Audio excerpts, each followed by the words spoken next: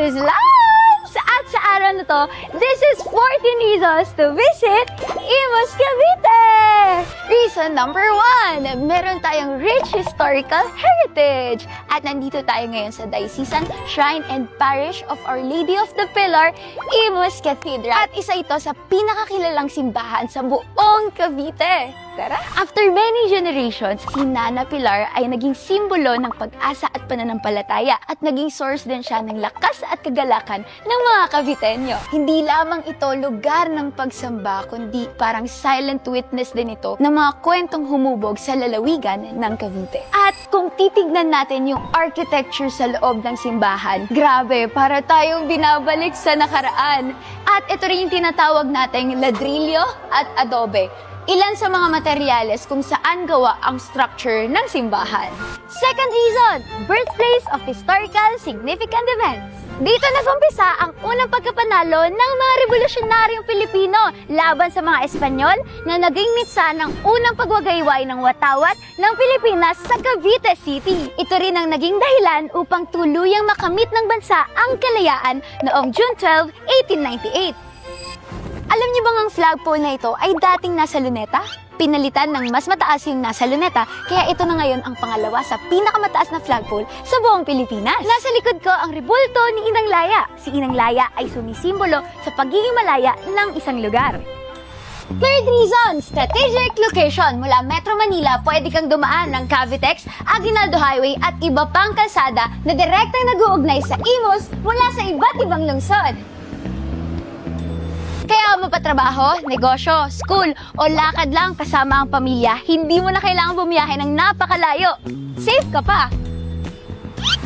Fourth reason, growing business hub. Isa ito sa mga lungsod na mabilis ang growth sa mga negosyo at lifestyle. Dito mo makikita ang iba't ibang local brands, food concept at mga panibagong negosyo na unti-unting nagbibigay ng panibagong sigla sa lungsod.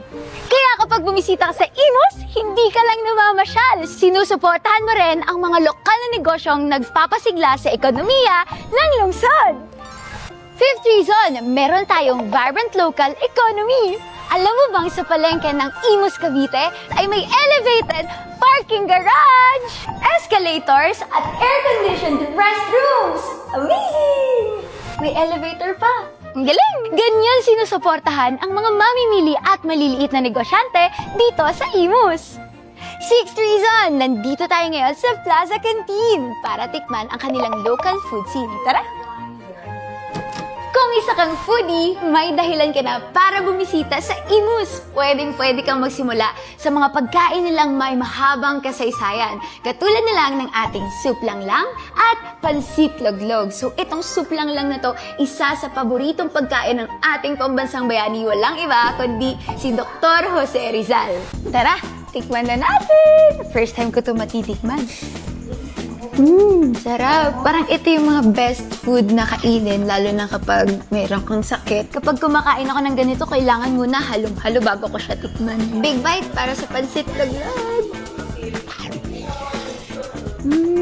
Dito, nakatikim ako ng mga pagkaing nagmula pa sa tradisyong Imuseño.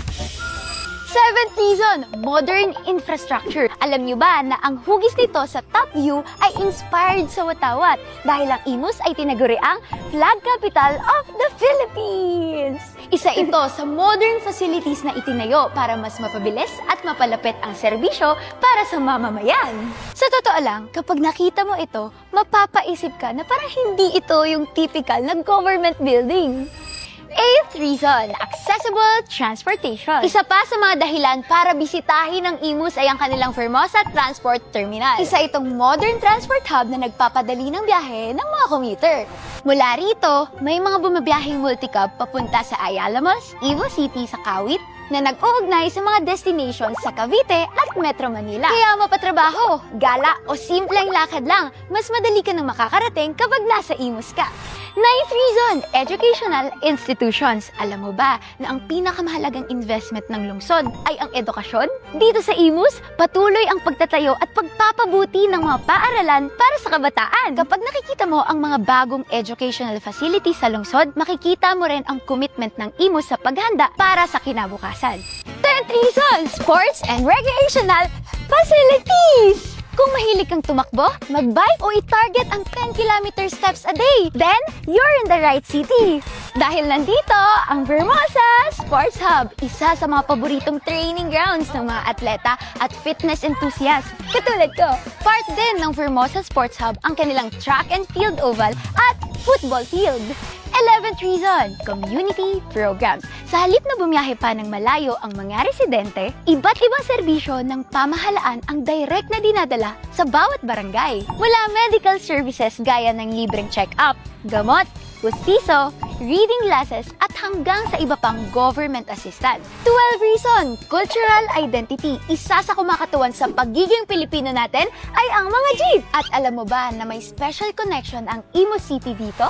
Dito kasi sa Imus ipinanganak si Leonardo Serrao. Siya ang kinikilalang nagpasikat sa mga jeep na naging parte na ng buhay ng bawat Pilipino. Kaya kapag may nakita kang jeep na bumabiyahe, hindi lang yan sasakyan. Parte yan ng kasaysayan, kultura at pagkakakilanlan natin bilang mga Pilipino. Isa yan sa mga kwentong ipinagmamalaki ng Imus hanggang ngayon. 13th reason, safe and progressive city. Ang Imus Renal Care Dialysis Center na libre para sa mga Imusenyos. Ang kauna-unahang free chemotherapy sa Cavite. At nandito din ang kauna-unahang government-owned tertiary diagnostic laboratory sa buong Calabarzon. Tada! Kabilang din dito ang Central Police Station at kasabay din nito ang pagpapaliwanag at pagpapalawak ng mga pangunahing kalsada para mas maayos at mas ligtas ang pagbiyahe ng mga mamamayan. At 14th reason, grabe, ito ang huling dahilan kung bakit dapat mong bisitahin ang Imus. At para sa akin, ito talaga yung pinakamahalaga. Hindi yung mga gusali, hindi yung mga tourist spots, hindi yung mga kalsada. Pero importante mga yan. Ang pinakamahalaga ay yung mga tao. Tara! Hi! Yes Magandang po. tanghali. Welcome sa bahay ng mga kamantige. At ito ang aking apo, Hello! si Bailey. Sila ang pinakamalaking dahilan kung bakit espesyal ang Imus. Kaya kung may isang bagay kang dapat tandaan sa videong ito, ang pinakamagandang dahilan para bumisita ka dito sa Imus ay ang mga taong makikilala mo dito. Kaya kita-kits sa Imus ha! Ayun lang muna para sa araw na to. God bless! Keep safe!